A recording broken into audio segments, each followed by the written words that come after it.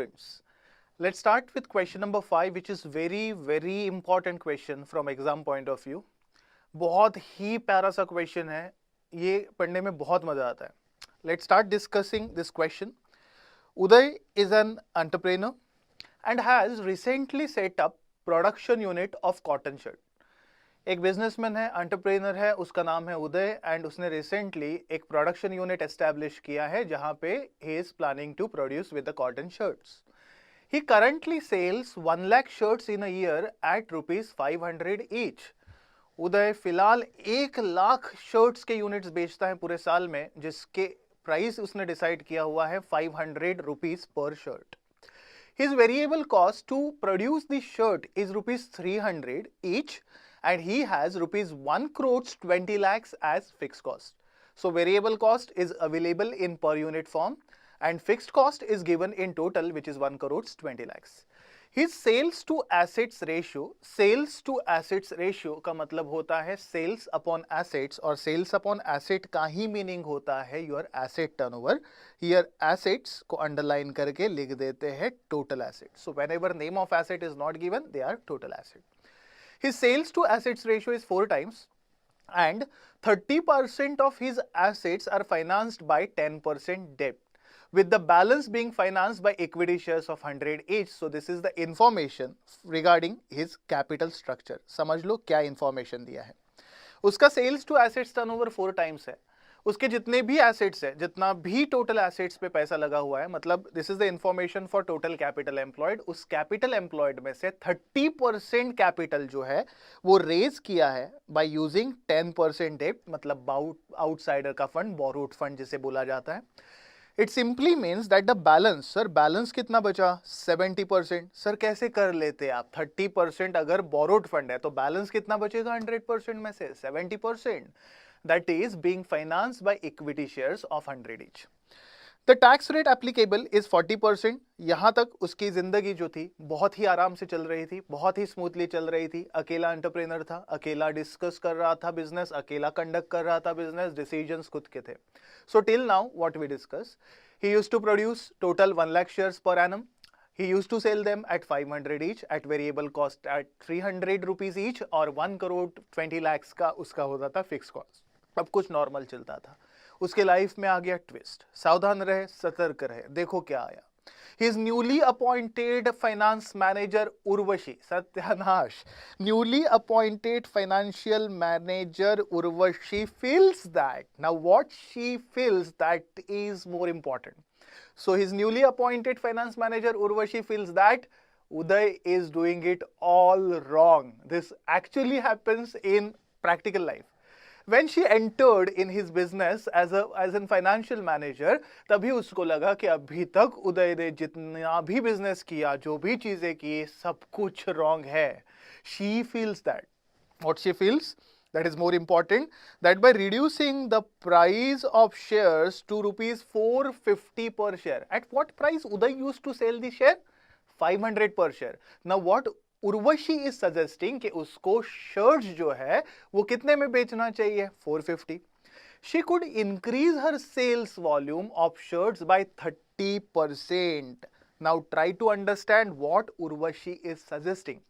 उर्वशी ने बोला कि 1 लाख शर्ट्स जो तू बेचता है 500 के हिसाब से बेचता है, यही 500 के ऊपर तू डिस्काउंट दे और एक शर्ट का प्राइस कर दे 450.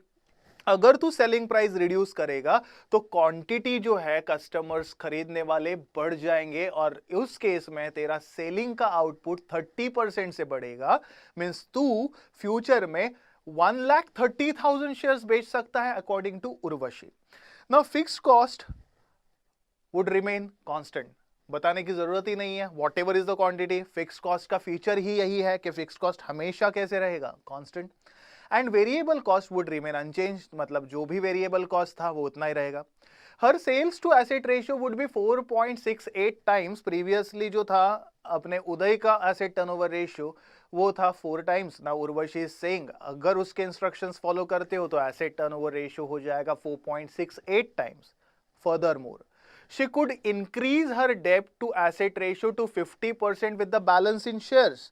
मतलब इनिशियली जो उदय पैटर्न फॉलो करता था 30% बोरोइंग 70% शेयर्स का, उर्वशी बोलती है कि 50% बोरोइंग एंड 50% शेयर का पैटर्न चेंज करो, means she is trying to interfere in financial structure of the company also, that is capital structure. It is assumed that the interest rate would go up by 1%. 1% से interest rate बढ़ेगा. अच्छा चलो बताओ, previously interest rate कितना था? 10%. ये उदय जब 30% बोरो करता था तभी. उर्वशी जब ये बोरोइंग 50% करेगी तभी रिवाइज इंटरेस्ट रेट जो है वो 1% से बढ़ के हो जाएगा 11%. हमें करना क्या है? उदय और उर्वशी के चक्कर में हम लोग पीसने वाले हैं. पॉइंट नंबर 1 बोल रहा है कि compute the EPS under the Uday plan and Urvashi plan. So Uday के प्लान के हिसाब से ईपीएस कितना होगा? That is earning per share. And same EPS we need to recalculate under Urvashi plan. Is Urvashi's perception right? Urvashi ने जो भी सजेशंस दिए हैं, जो भी इंस्ट्रक्शंस अवेलेबल है, वो राइट है या रॉन्ग है, ये सिर्फ तभी पता चलेगा जब आपका ईपीएस कंप्यूट हो जाएगा. So this is what asked in first point. Point number 2, Uday is partner. कहानी में आया और एक ट्विस्ट. इन दोनों के लाइफ में तीसरा भी एक बंदा इंटरफेयर कर रहा है and he is Uday's partner. Does not think that fixed cost would remain constant under Urvashi's plan. Urvashi ने बोला कि फिक्स्ड कॉस्ट कांस्टेंट रहेगा, लेकिन उदय के पार्टनर को लग रहा है कि फिक्स्ड कॉस्ट जो है वो उर्वशी के प्लान में सेम नहीं रहेगा, but they would go up by 15%. अच्छा, what was the fixed cost earlier? Uday बोलता है कि फिक्स्ड कॉस्ट उसका है 1 करोड़ 20 लाख. उर्वशी बोलती है कि मेरे भी प्लान में 1 करोड़ 20 लाख रहेगा, लेकिन पार्टनर बोलता है अगर उर्वशी ने बताई हुई चीजें इंप्लीमेंट करोगे तो फिक्स्ड कॉस्ट में इंक्रीमेंट होगा 15% का, मतलब फिक्स कॉस्ट चेंज करना पड़ेगा. If this is the case, should Uday shift to Urvashi's plan based on EPS? Means one more time we need to calculate EPS by changing the fixed cost. Proposals वगैरह 2-3 नहीं है. एक उदय का प्लान है, एक उर्वशी का प्लान है जब फिक्स कॉस्ट कांस्टेंट रहता है, फिर रिवाइज उर्वशी का प्लान है जब फिक्स कॉस्ट 15% से बढ़ता है. फिर हमें फिर से डिसीजन लेना है. And point number 3, what is the effect on the total risk of the firm? Total risk can be computed with the help of combined leverage. So in short, question is asking us to compute the combined leverage. So what is the effect on the total risk of the firm on switching from one plan to another? तो combined leverage अगर बढ़ेगा तो risk बढ़ेगा, combined leverage अगर कम होगा तो risk कम हो जाएगा. तो पहले हमें करना क्या है? Let's start with the point number 1. Point number 1 में ईपीएस कंप्यूट करने के लिए बोला है. Anyway, EPS is again asked in point number 2. तो let's solve this question in columnar basis. और कॉलमनर बेसिस में क्वेश्चन सॉल्व करने के लिए हमें बनाना पड़ेगा एक प्यारा सा स्वीट सा income statement. So this is the heading, income statement. I am drafting 3 lines here. 3 lines बना रहा हूं, 3 कॉलम्स बना रहा हूं. एक कॉलम जो है वो है रिवाइज उर्वशी's प्लान का, दूसरा कॉलम जो है वो है उर्वशी's प्लान का, और तीसरा कॉलम जो है वो है उदय के प्लान का. चलो हम लोग इसको ड्राफ्ट करके इसका कर देते हैं नामकरण. नाम देना पड़ेगा. पहला कॉलम है पर्टिकुलर्स का. ये तो कोई भूलेगा नहीं, सब लोगों को पता रहता है एक ही है चीज़, पर्टिकुलर्स. उसके बाद लिख रहा हूँ मैं उदय's प्लान. उदय's प्लान के बाद लिख रहा हूँ मैं उर्वशी's plan. And after writing Urvashi's plan, third column is for revised plan of Urvashi only. So ये 3 कॉलम्स मैंने बना दिए. Try to understand. सबसे पहले यहाँ पे मैं लिख देता हूँ quantity, that is number of units I am recording here. Number of units record करने हैं तो उदय के हिसाब से अगर चेक करोगे क्वेश्चन में तो आपको मिलेगा how many shirts he is selling in a year. According to Uday का practice he is selling 1 lakh shirts. If you are talking about Urvashi, then Urvashi is suggesting if Uday is ready to decrease the selling price, इसका volume of shirt जो है वो 30% से बढ़ेगा. मतलब यहां पे क्वांटिटी आ जाएगा 1,30,000 shirts. Once quantity is written, we can start with the income statement item. पहला लिखा मैंने sales at the rate of, पहले लिख देता हूं मैं 500 और स्लैश मार के लिख देता हूं मैं 450। सर दोन क्यों लिखा? 500 is the selling price under Uday's plan and 450 is the selling price under Urvashi's plan. तो 1,00,000 शेयर्स अगर 500 में लिखते हो तो पहले तो कैलसी पे जीरोस देख के ना थक जाओगे आप लोग। कैलसी पे जीरोस जो है उसके हिसाब से आपका अमाउंट है 5 crore.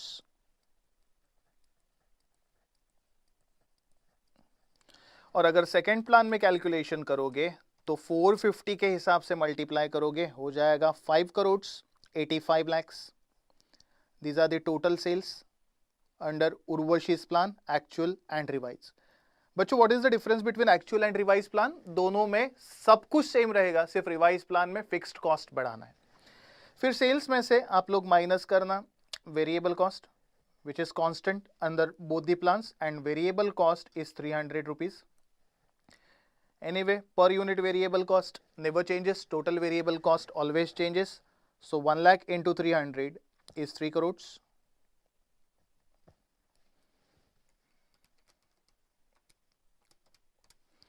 Second is 3 crores 90 lakhs. Same in third column, 3 crores 90 lakhs. Minus करना है। माइनस करने के बाद you will be getting contribution,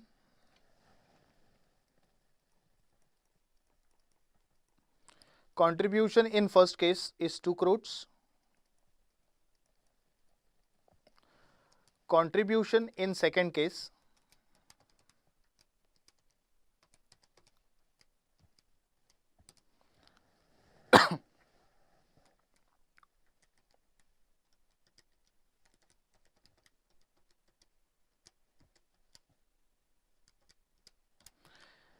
is 1 crores 95 lakhs.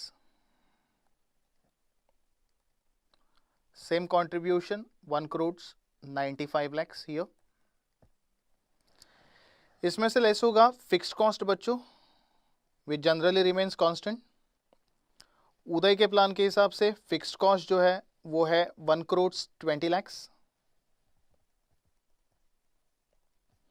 Urvashi ने बोला फिक्स्ड कॉस्ट उसके हिसाब से भी कांस्टेंट रहेगा 1 crores 20 lakhs। But Uday's partner is saying अगर उर्वशी का जितना भी इंस्ट्रक्शन फॉलो करोगे तो 1 crores 20 lakhs का जो भी आपका फिक्स्ड कॉस्ट है that will go up by 15%। 15% से अगर इसे बढ़ाओगे तो ये हो जाएगा 1 crores 38 lakhs। That's it.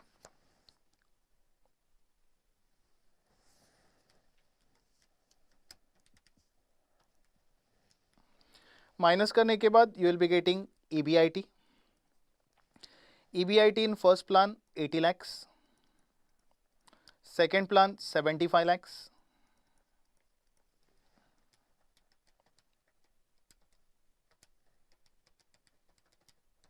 and last one is 57 lakhs.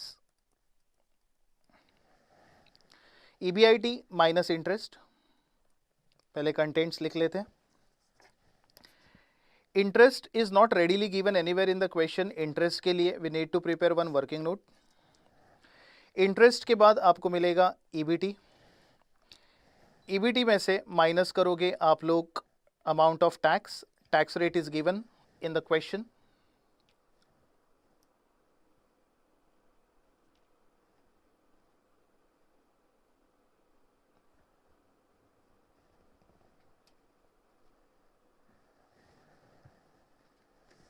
और टैक्स माइनस करने के बाद आ जाएगा EAT, अर्निंग आफ्टर टैक्स। इसी अर्निंग आफ्टर टैक्स को जब आप लोग डिवाइड करते हो नंबर ऑफ शेयर से, प्रेफरेंस डिविडेंड तो है नहीं, तो नंबर ऑफ शेयर से डिवाइड करने के बाद फाइनली आपके पास जो अमाउंट बचता है that amount is called as amount of EPS जो पर शेयर में हम लोग एक्सप्रेस करते हैं। चलो इंटरेस्ट वगैरह कैलकुलेट करने के लिए कुछ इंफॉर्मेशन है उससे वर्किंग नोट करना पड़ेगा। So here I am preparing working note. This is for calculation of interest and number of shares. Number of shares भी क्वेश्चन में डायरेक्टली अवेलेबल नहीं है। If you check the given information, company के पास जितना भी इनका कैपिटल है उसका ब्रेकअप अवेलेबल है, लेकिन कैपिटल से पहले इन्होंने लिखा है कि पहले प्लान में लाइक उदय का एक एसेट्स टर्नओवर रेशियो दिया है, that is sales to assets ratio is 4 times. See what is given. इन्होंने बोला पहले सेल्स टू एसेट, ये जो रेशियो है that is 4 times, that means sales divided by asset, और एसेट्स का मतलब होता है total assets, is equal to 4 time. ना उदय के केस में फर्स्ट प्लान में sales is available and total sales अगर चेक करोगे आपके सॉल्यूशन में ही मिलेगा, total sales is 5 crore rupees. Substitute कर दो, 5 crore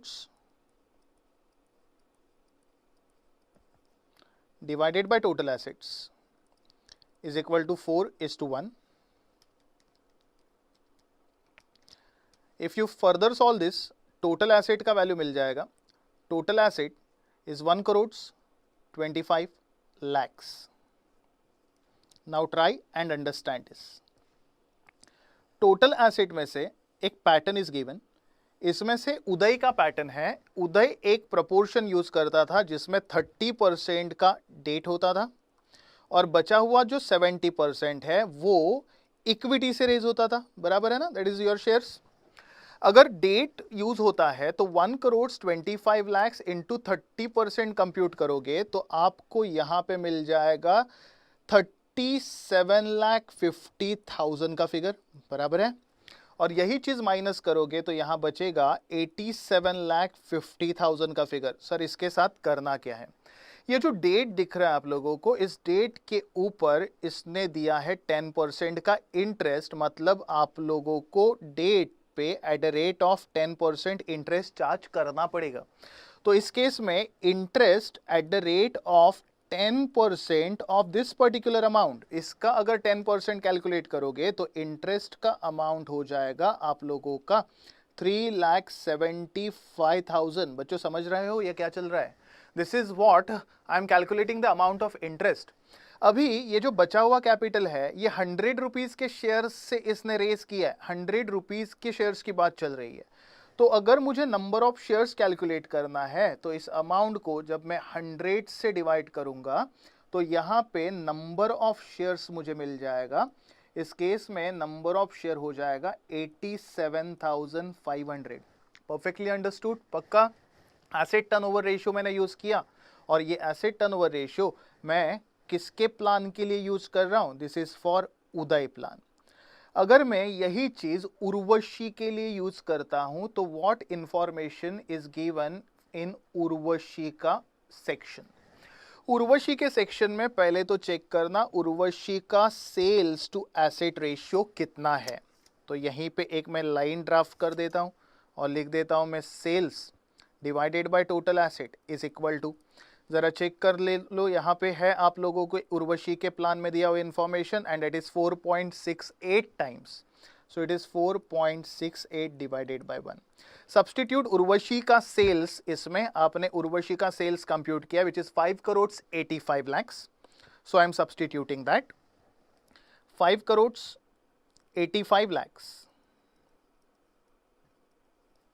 divided by total asset is equal to 4.68:1। यही आगे सॉल्व करोगे तो टोटल एसेट्स मिल जाएगा, क्रॉस मल्टीप्लाई कर लेना, it is 125 lakhs। Same value but breakup differ हो जाएगा। सेम वैल्यू के हिसाब से इसमें अगर डिवाइड करोगे तो एज पर हर प्लान 50% इज डेब्ट एट द रेट ऑफ 11%, क्योंकि उसने एक्स्ट्रा 1% का इंटरेस्ट देने की सोची है, और बचा हुआ 50% है दैट वन इज इक्विटी। तो यहाँ पे कैलकुलेशन विल रिमेन सेम। आपका जो 50% है 1 करोड़ 25 lakhs इंटू 50% करोगे तो ये हो जाएगा 62,50,000 और इस पे interest eight the rate of 11% which is incremental interest rate. यहां पे बचेगा again 62,50,000. This is total equity capital. Now try to understand. 62,50,000 into 11% करोगे तो आप लोगों को मिल जाएगा इंटरेस्ट का amount here, and amount of interest is 6,87,500 for this particular option of Urvashi as well as revise Urvashi plan. और जब इसे फेस वैल्यू से डिवाइड करोगे तो नंबर ऑफ शेयर्स हो जाएंगे आपके 62,500 शेयर्स. That's it. ये दोनों वर्किंग नोट का यूज क्या है? इन दोनों वर्किंग नोट में इंटरेस्ट का amount, number of share, interest का अमाउंट, नंबर ऑफ शेयर्स मिल चुका है. ये सारे पॉइंट्स हम लोग रिकॉर्ड करते हैं इनकम स्टेटमेंट में. Interest according to our calculation in first plan is 3,75,000. Interest according to second plan is 6,87,500, which will remain constant in third column also. 6,87,500 is not the separate plan, it is the only change in fixed cost वाला plan. That's it. Minus करना है आप लोगों को 80 lakhs में से. जब आप माइनस करोगे 3,75,000, you will be getting 76,25,000 का फिगर. इंटू 40% कर दो, आप लोगों को मिलेगा 30,50,000. जब माइनस कर दोगे तो माइनस करने के बाद बचेगा 45,75,000 का फिगर. Straight forward calculation. इसे डिवाइड करना है नंबर ऑफ शेयर्स से. Number of shares for first option 87,500 divide करना 87,500 से, आपका आंसर आ जाएगा. Answer is your EPS which is 52.29 rupees per share. This is first column. Second column अगर आप लोगों को कंप्लीट करना है तो 75 lakhs का जो बचा हुआ था EBIT, उसमें से माइनस करना 687,500 का interest. Balance will be 68,12,500 into 40% will give you tax का वैल्यू 27,25,000. माइनस करने के बाद बचा हुआ वैल्यू होगा आपका 40,87,500. डिवाइड करने के लिए नंबर ऑफ शेयर्स है इसके 62,500. सो डिवाइड कर रहा हूं मैं 62,500 से, आप लोगों का वैल्यू हो जाएगा 65.4. This is Urvashi's EPS. Next EPS calculate करना है आप लोगों को. 57 lakhs माइनस 6,87,500. बच्चों you will be getting balance of 50,12,500 into 40% is 20,05,000. When you deduct it, you will get 30,07,500. इसे डिवाइड करना है आप लोगों को 62,500 नंबर ऑफ शेयर्स से. 62,500 से डिवाइड करने के बाद बचेगा आप लोगों का वैल्यू यहाँ पे 48.12. That's it. All EPS are calculated. Now once this EPS is calculated, now what is asked in the question, let's discuss that. Compute the EPS under the Uday and Urvashi plan. Computed. Is Urvashi's perception right? Urvashi का perception सही है क्या? Yes, 100% her perception is right. Because अगर उसके instruction और suggestion के हिसाब से चलोगे तो इंक्रीमेंटल EPS बढ़ेगा. जितना उदय अर्न कर रहा था उससे ज्यादा वो अर्न कर सकता है. मींस रिवाइज EPS हायर होने के कारण उसका परसेप्शन राइट है. इसीलिए जो कोई नया लाइफ में आके सजेशन करेगा तो थोड़ा सुना करो. उसके बाद इन्होंने बोला है कि Uday partner does not think वाला, जो तीसरा कॉलम है, इसने बोला should Uday shift to Urvashi's plan based on earning per share. देख लो, अगर फिक्स्ड कॉस्ट बढ़ता है बच्चों तो 48.12 हो जाएगा, जो आप लोगों के एक्चुअल अर्निंग से भी कम है. एक्चुअल अर्निंग से कम होने के कारण it is not at all advisable. Not at all का मतलब होता है नहीं शिफ्ट होना चाहिए अगर फिक्स्ड कॉस्ट चेंज होता है. शिफ्ट होना चाहिए अगर फिक्स्ड कॉस्ट चेंज नहीं होता है. लास्ट में बोला है what is the effect of total risk, मतलब आपको कैलकुलेट करना है कंबाइंड लेवरेज. चलो let's calculate combined leverage here only. Combined leverage अगर आपको कैलकुलेट करना है तो कंबाइंड लेवरेज का फॉर्मूला पता होना चाहिए. Combined leverage is equal to contribution divided by EBT. Directly you can compute on your calculators. It's 2 crores in first plan divided by your EBT is 76,25,000. it's 2.62. Second combined leverage is 1 crores 95 lakhs divided by EBT of 68 lakhs 12,500. This will give you 2.86 figure. And last computation is contribution 1 crores 95 lakhs divided by your EBT is 50 lakhs 12,500 is 3.89. This is your combined leverage. See, if you check all the plans, degree of risk, total risk, combined risk, overall risk is increasing according to the plan. पहले column में degree of combined leverage is lower, but अगर दूसरे plan में shift होते हो no doubt earning बढ़ेगा, लेकिन उसके साथ आपका रिस्क भी बढ़ रहा है. You can analyse it.